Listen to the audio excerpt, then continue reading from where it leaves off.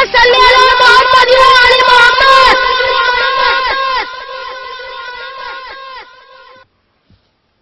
اپنی ولادت کے موقع پر میرا یہ درود شریف قبول فرمائیے۔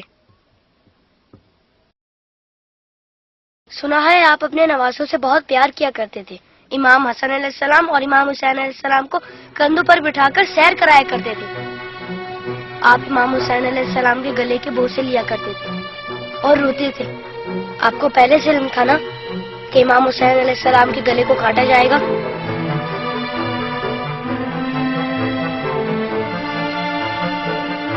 کیا آپ کو کسی نے ممبر سے اتر کر امام حسین علیہ السلام کو گود میں لیتے ہوئے نہیں دیکھا تھا؟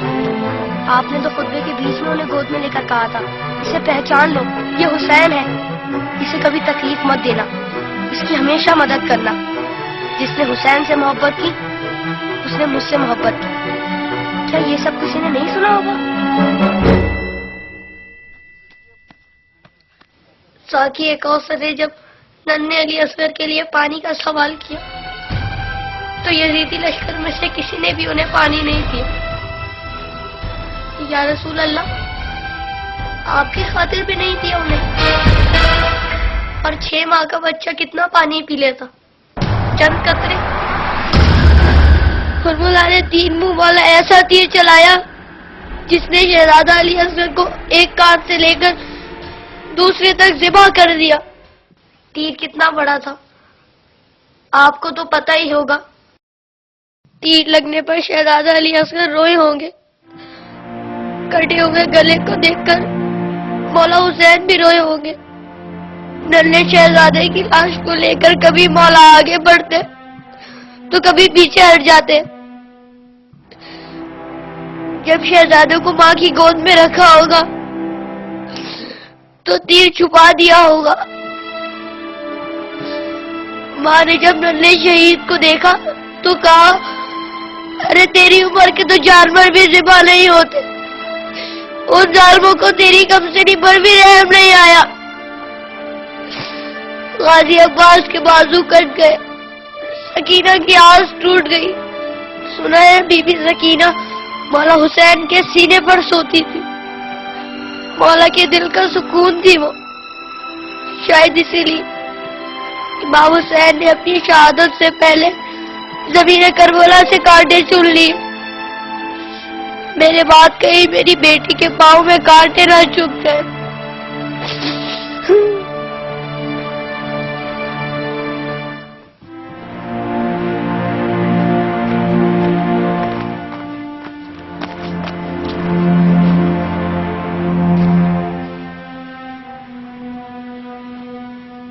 مولا حسین جب قاسم کی لاش لینے میدان میں گئے تو 3 دفعہ پکارا، تینوں ہی دفعہ جواب نہیں آیا۔ پھر فرمایا، امام ہو کر حکم دیتا ہوں، بتاؤ کہاں ہو تم؟ تو مشرق سے آواز آئی چچا، مغرب سے آواز آئی چچا، چاروں طرف سے آواز آئی چچا، کہیں سے بازو اٹھا تو کہیں سے ڈانٹ۔ مولا حسین نے قاسم کے ٹکڑوں کو اکٹھا کیا اور گٹھڑی بنائے اور کہا، حسین غریب ہو گیا۔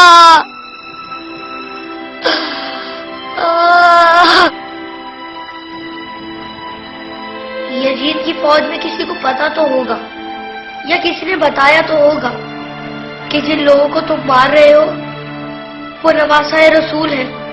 مولا حسین نے بلند آواز میں کہا تھا، میں نواسہ رسول ہوں، کوئی میری مدد کرنے والا ہے؟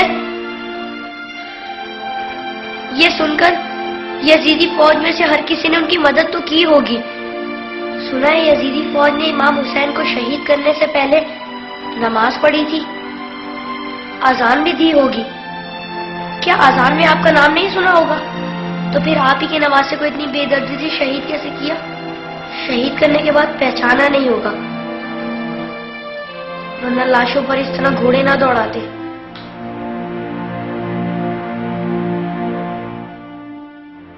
عمر سعد کے بعد شمن نے آ کے کہا، میرے حصے کا سر کہاں ہے؟ حسین کو قتل تو میں نے کیا تھا، تو نے وہ سر کولی کو دے دیا۔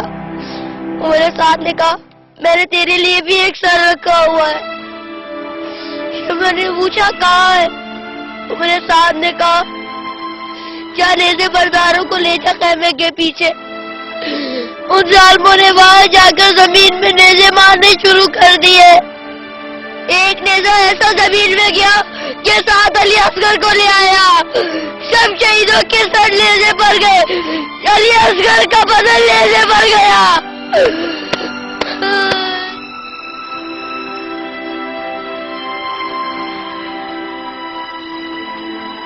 ان ظالموں نے جب بیویوں کو ننگے سر بازاروں میں پھرایا تو امام حسین کے سر نے تلاوت شروع کر دی، جیسے کہہ رہے ہو اے لوگوں بیویوں کی طرف مت دیکھو، یہ دیکھو کہ ایک کٹا ہوا سر قرآن کی تلاوت کر رہا ہے۔